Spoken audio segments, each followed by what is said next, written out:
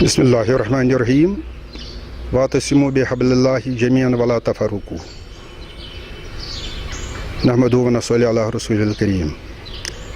میرا نام ہے عبدالحمید حقانی، میں حقانی میموریل ٹرسٹ جموں کشمیر کا چیئرمین ہوں۔ یہ ایک ٹرسٹ ہی نہیں بلکہ ایک تحریک ہے جس کا مقصد اتحاد بین المسلمین ہے۔ آج جس عظیم ہستی امام خمینی کی یہ سالگرہ آ رہی ہے جو منائی جا رہی ہے، انہوں نے جو ایک انقلاب برپا کیا، اسلامی انقلاب، وہ تمام عالم اسلام کے لیے ایک سنگ میل کی حیثیت رکھتا ہے اور اس پر ہمیں عمل کرنے کی بہت ضرورت ہے، اس وقت بہت اشد ضرورت ہے۔ جتنا کہ ان کے دور میں تھی اس سے میرے خیال میں اس سے زیادہ اس وقت ان کے فرمودات پر، ان کے طریقہ کار پر عمل کرنے کی بہت ضرورت ہے۔ چونکہ بدقسمتی سے ہمارے کچھ اپنے آپ کو مذہب کے ٹھیکیدار کہنے والے غیر کے ہاتھوں بک گئے ہیں اور اسلام میں رخنہ اندازی ڈال رہے ہیں، گروہی فسادات قائم کر رہے ہیں، مسلکی فتنے کھڑا کر رہے ہیں، جو ہمارے معاشرے اور ملت کے لیے بہت خطرناک ثابت ہو رہا ہے۔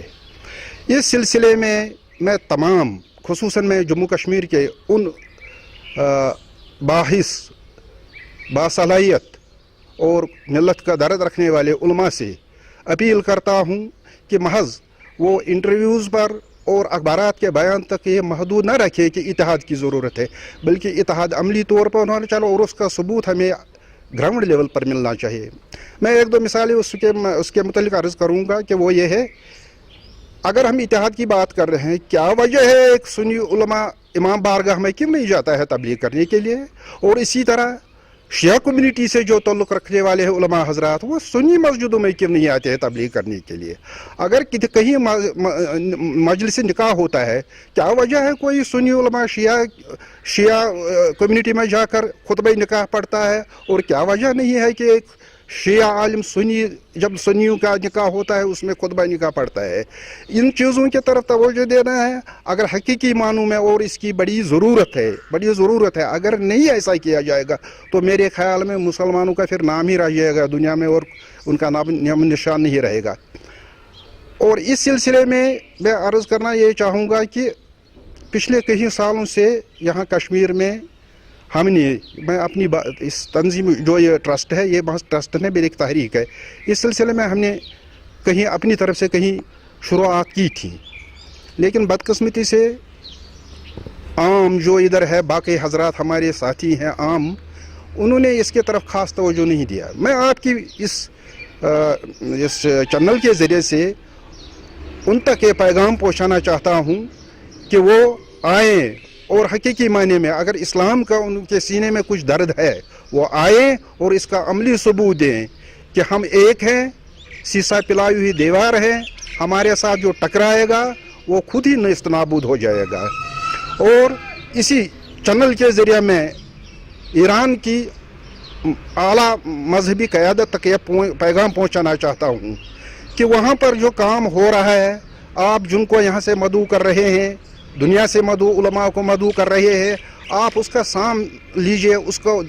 اس کا مطلب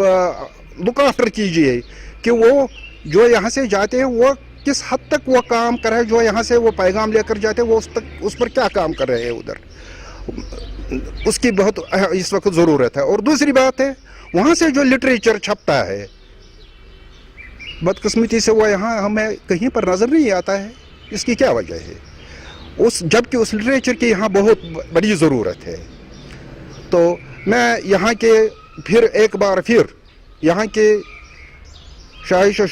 شیعہ کمیونٹی سے تعلق رکھتے ہوں، چاہے سنی کمیونٹی سے تعلق رکھتا، ذمہ دار علماء سے پھر اپیل کرتا ہوں کہ وہ آگے آئیں اور یہ جو آپس میں یہ رنجشیں ہیں، خامخواہ کی رنجشیں ہیں، بے بنیاد رنجشیں ہیں، ان کو لوگوں کو ان سے آگاہ کرے، اور اس میں یہ بھی گہرا مطالعہ کرنا چاہیے، جہاں سے یہ فساد کھڑا ہوا وہاں تک پہنچ کر ادھری سے اس کا علاج ہونا چاہیے۔ یہ میری ذاتی خواہش ہے اور اس پر میں کام کرتا ہوں اور انشاءاللہ کرتا رہوں گا۔ امام علی خمینی کو بہترین